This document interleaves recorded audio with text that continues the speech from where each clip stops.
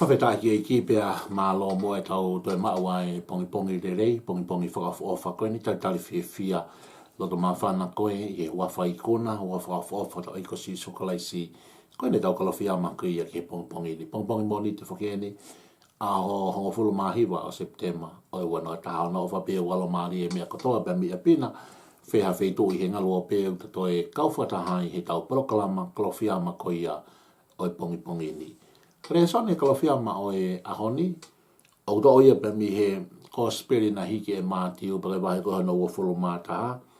Te ulau pe vesi hono hongo fulu māua, vesi pe taha ko ia kare tala noa, ko tala noa maheni pe mo taha kotoa. Vesi taha ua ke vesi koe hono hongo fulu māua no, koe tala noa ki hono whamaa koe e sisu koe ia a tempare. Te lau pe vesi pe taha vesi taha ua, ka kore kei toki lau mo e tau reso ni, pe a lau kotoa e pepe mo e wahe o fulu mātaha koe kosperi na hiki e mātiu. Ka te lau pe vesi pe taha, i riu koe ia pāki motu a wesi mātiu, pere wahe koe no ua taha, pere vesi koe ia ahono hongo fulu māua, aia upeheni ahono whakarea. Pe ahu a sisu ke whare lotu lahi o e otua, o ka pusi ki tu aki nau tolu kotoa pena e whakatau aki he whare lotu lahi. O ne furihi ai ngahi pare pare e ngai whitongi pāngā, moe no foa o nau tolu na e whakatau lupe. Koe ka veinga o e ahoni hange pēnā kulawe atu koia i he wiko ia kuosi, au toko naki, au sāpate ahoni, moni te tāhi wāmpia mua pongi pongi ka tusi te wanoa, whai hono whakatapu ia, ko higa wanaki kātoanga e tau lima ngofulu e sea si Assembly of God. Pea te whakatapu ia i pē, me mai whakakau kau e kalofi ama ko ia o e ahoni. Oua nā ke whakatau ai lupe, ka kei puke mau ia i he siasi. Oua e whakatau e lupe o lau maari e maoni oni, ka kei puke mau ia i he siasi, ka ka veinga ia i kalofi ama o e ahoni. Tala noa i loa ini ko ke osi mea i pē, ko tala noa ini ki hono hanga ko isi suo whakamaa ko ia ai tempare. Tala noa i loa a tala noa ko ini, tala noa i loa ko ia ko e sapate pāme, pe ko e hae li whakatu i ko ia si su ki Jerusalema. Kone haele atu ni ki he kolo, pia ngatu ai kolo, nau fesi hifo e ulu akau e pāme, pia na nau kalanga, hosana, hosana, hosana, ki he tu i hako o te vita. Kai whanonga atu asisu, hene whanonga ko ini, o whakatau mua ia ki he tempare, pia mahina rewa ka teki tau tolu, ai loto pia moe mafu ko ia o sisu ko tempare. Ko tempare ko whakataipi ia ke mea ko ia ko siasi. Ko siasi e kainga, ko e finangalo, ko palani, ko loto, ko mafu ia o otua. Ai mea ko ia ko siasi. Mati tahano tahawalu, tama e sisu pia te ulanga, ia hoku siasi he funga makani, pia ke lava e mera pā o he te si. Ko sisu e tufunga kune whai koe ai langa, pia kune langa ai siasi, ko lave i peo ke ngai siasi utau kau ki ai, ke ngai denomination, kai whawhetai mua ki he iki, ke ngai kau taha loto utau i ai, ka koe siasi o kou tala noa koe ki ai koe siasi o sisu kalaisi. Tene langa ia e siasi peke ke lava e ngai mera pao he te si. Kai ke hop whanonga atu a sisu ki he kolo, pia more atu pe ne whanonga o aluatu ki he tempare. Ka iaha wheitu o ku toka kei holo to o ke whakamaunga ke wheitu o koia. Pia nei toka pe i he loto o eiki a tempare pe koe siasi pia nene. Ha ere atu koe ni ki Jerusalema o ne whanonga atu o hu atu. Ko e tala noa whakamamahi e tala noani, aluatu a sisu ke tempare, ko ririu ia o hoko ia koe marketi pe koe fair. Hange pe koe ngahi fair pe ngahi, whaianga whakatauanga marketi, tau whaalawa ke he sāpate, pe moe tōna ki, tau whaalu ki ai o ko whetu i o whaiai whakatau e ngahi koloa ke. Huatu a sisu ai ene fu o wāne ne huatu ke tempare, ko o si ririu ia hoko ia koe marketi. Whakataua ia e manupuna, whakataua ia e mea kai, whaiai ngai whakatau e ngai koloa keke. Au ke whakakau kau loto peho whaalu ko ia ke marketi, alu ko ia ke he whea, i e tōnaki. Peko e aho sāpate, peko te aho ke he pe. Ka wheiti o whakatau e ngai koloa keke, ki ai mea kai, koe vestapolo, ki ai wala, ai su, computer, o whakatau e ngai koloa keke. Panguia koe marketi pe koe whea nai. O wale huat asisu ke tempare ko osi li liuia. No hanga ina tolu hoko e tempare koe whetu e whakatau ake anga. Ka inga, o kuke whakakau loto anga ka pau tiki alatu ke lotu he sāpate, ko siri liu mai, o ke amanake tu koe lotu, o ke e mea rea, o ke e hiwa, o ke haleluia, o ke whakawhitai, hua tu koe ke te hamia peheia. Hua tu koe ke huloto whare lotu, ko si li liu ia hoko ia koe whea hangi koe wha alu koe ke market. Koe hana i ho whahinga whakakau, koe hana i whahinga response, koe no mori te tau tatau kutoa pihange ko sisu, ai ene oho ware la, koe whare ni o lotu, koe whare ni whakawhitai, koe kai hau ia, ku hoko ia koe whea pe koe marketi. E kau ngā Kristiane, tu mua kau rea tu ke te koe i ahoni kau ngā Kristiane, whangatoko ua i eiki, kai o maa focus as Assemblies of God. O ku mahu inga ke puke ACSC, ke hoko koe tempare. Oua au pito na tauhanga o liriu ai lotu ai CSC, liriu pe me tempare ke hoko ko ha marketi me whakatau ki anga. Pao pe te ke whehui me ke te au, koe hana e ku uhinga ke marketi me whakatau ki anga, koe hana e ku uhinga ke tempare. I tau whitu pe ka tau ki hanga ana laiso. Koe whea pe koe marketi, koe wheitu ku ke alu, o ki ai ho o whaahinga fie mau, ka o ke alu o whakasio hataha ke whakawhetau laki o fie mau. Po mare ki tau whipi ai kau ngā kima ki whi whakatātā koe ni. Tau pehe pe ku ke fie mau ka vacuum, tau koe tau whakatātā pe. Pea koe hui ko fie mau koe ia ai vacuum ke mou api. O ke alu lewa ke māti ke alwhati. Paka teimu ke alwate ke māketi, o ke alu o whakasio ai wheitu o whakatau ai vacuum. He kui ngā ko alu ki ai, o ke ho o fie mau. Uluaki ko alu ke māketi, o ke ho o fie mau, ke ho need. Koe ha ho fie mau, koe ha need ko ia, o ke fie mau e vacuum. Ok, ko ha o koe ke marketi, mana tu o ku where ai ngai koloa ke whakatau. O ku ke whengare ke kumi ko whe ai wheitu o whakatau ai vacuum. Ala tu koe ke wheitu ko ia, o koe motu au tangutu mai, o whakatau mai e vacuum. E ke atutala mai paanga e ni manoa, ta au whipe ai. Koe motu a koe o le whakatau mai koe e vacuum, o kia e ne fie mau. Koe le fie mau ha, koe le fie mau paanga.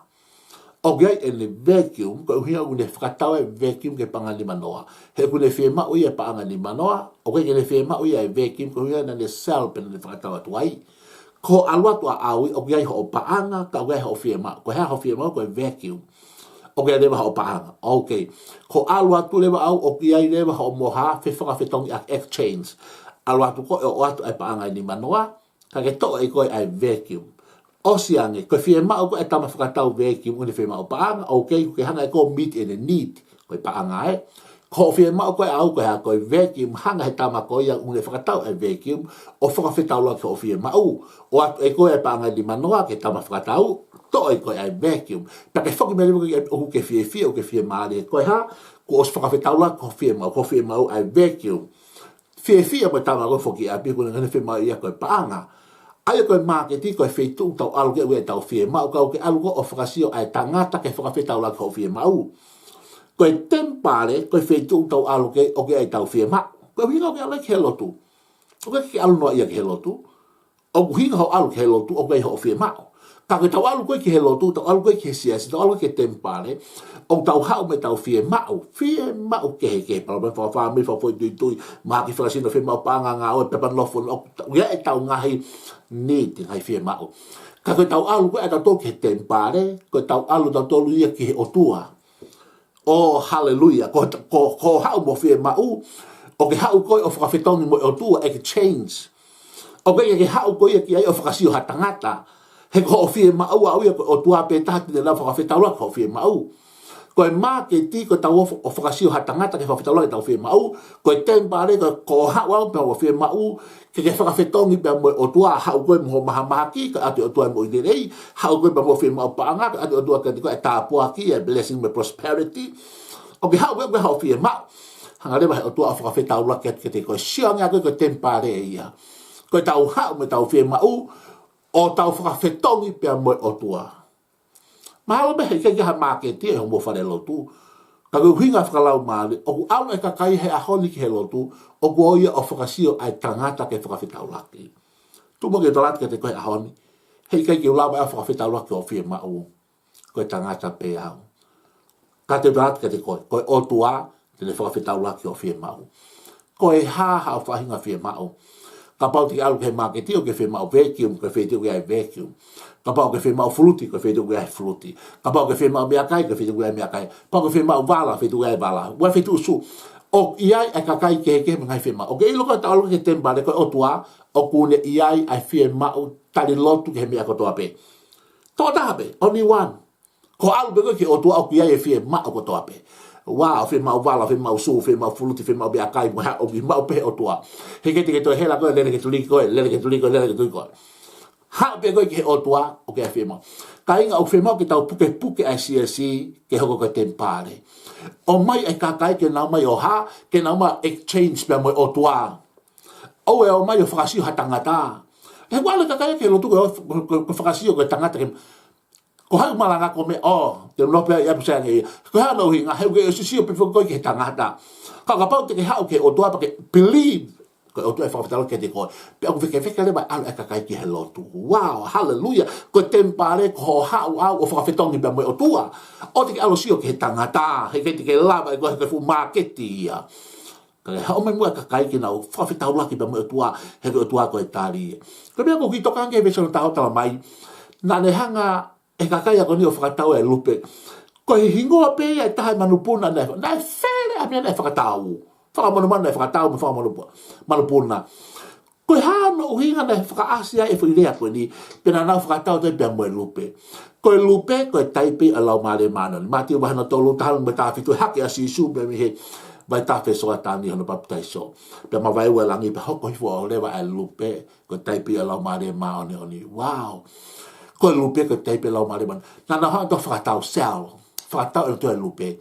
Ko hinga ko whakatau e lupe ka mai paanga. Okay? Tau bebe ko foi lupe tana panga te au. Whakatau e lupe ka mai te au. Ko palo mare mau peheni. Ko hoko ICSC o dominate he paanga pe mo koloa. Na e mahu ingan ke kakai ai paanga te au, ai paanga katuanga e lupe. Ko lupe ko teipe ko symbolic ki Holy Spirit. Ko ICSC i he ahoni ko si hanga ICSC o whakatau ai Holy Spirit. O si ko hinga a sel a whakatau ka ko tukuange. Ka pau te ke whakatau ha mea ko o ke rili o ke tukuange ko mea koi. O ke whia mai mea koi ia. Ko si hanga he siasi o tukuange a Holy Spirit. Ai ngau e lau mare. O ke toi ase ngau e lau mare he siasi. He ko si sel he lahi ai tam. He lau whia man toi paanga. Ko si hoko e koloma e paanga. Ke le dominate a local church pa me siasi he ahoni. Ka whanau mai ka urea tu ke le koi ke siasi Assemblies of God. Whakatulau at me kau paionia. Whakatulau at me kau tangata ai ke lotu. Puke mau a lupe o lau maria mana ni puke mau ko lupe pe ta whakatau a mea ke hea whakatau a siki viu me fure heu whakatau me haba kai tapu ke whakatau a lupe ko taipe a Holy Spirit o ku fie mau I he siasi o Assemblies of God tahi ba no na tuuta I tonga pia kamata I ngau I he lupe o lau maria mana ni ko tau ni mango fulu he wana tahana o fie mau ke tau ke puke pe a lupe o lau maria mana ni ko lupe pe ta o fie mau ke whaiteri he loto whare o siasi puna he tuli koi o ke fie mau ke te puna manu puna ke te fie mau ke te puna fure heu mo siki viu pa moha levani I he whanelot I kai o ke tau te fie mau o tape lupe pani o lau maria mana ni Tuhan e lau maari Holy Spirit ke whaiteni come and take control I e siasi o si sukalai si e kainga ko e siasi o tu au whi mau ke whaiteni e lupe o lau maari e mahana ni e kainga oua na ke whakatau e lupe pe koe amanaki ke tau whamanatu tau nimango fulu e siasi ko koe whamanatu atu ke tau whakapapau I tau kei puke pe e lupe e nga e lau maari e ma oni oh hallelujah ko ia mea kune ngahi e siasi ke makehe ngau e lau maari e mani Tuhan ke toi hoko mai area ke he papitaisa kakai ko whekau area ke he interpret o whi mo ke toi o ngona I he siasi ha honi ko mana ko miracle signs and wonder hoko loto whare lotu o whie mau ke hoko ko tala noa I loa ini oh hallelujah na te iai mana petala mai sisu ko whare lotu ko whare o whakawhetai ko whare o malohi ko whare o iai maa oh house of power purity prayer oh house of praise tuan ke tau te whakafuki mai koloa ko ke siasi o sisu kalai ko siase o tua e kai inga pe tuange lupe o lau mare mana ni ke fai te ri hai tau ngai mo ui pe ko lo tui amana ki tau ka tuanga tau nemo ko fulu ss assembly kare tuange tau ke puke ai lupe o lau mare mana ni pe tuange lupe ke fai te ri hai si fai te ri hai ho mo ui fai te ri hai ho family he ko tau mo ui anga ia be tai va no lo pe no ta ha no ai ngā ue ai lupe a lau mare mana. E tanga ka ulotu ia, tā pekina taka taha katoa pe ako an pamau. Puke mu ai ngā whahalau mare mana ni. E siso Christ ko aun whamu oi. Amen.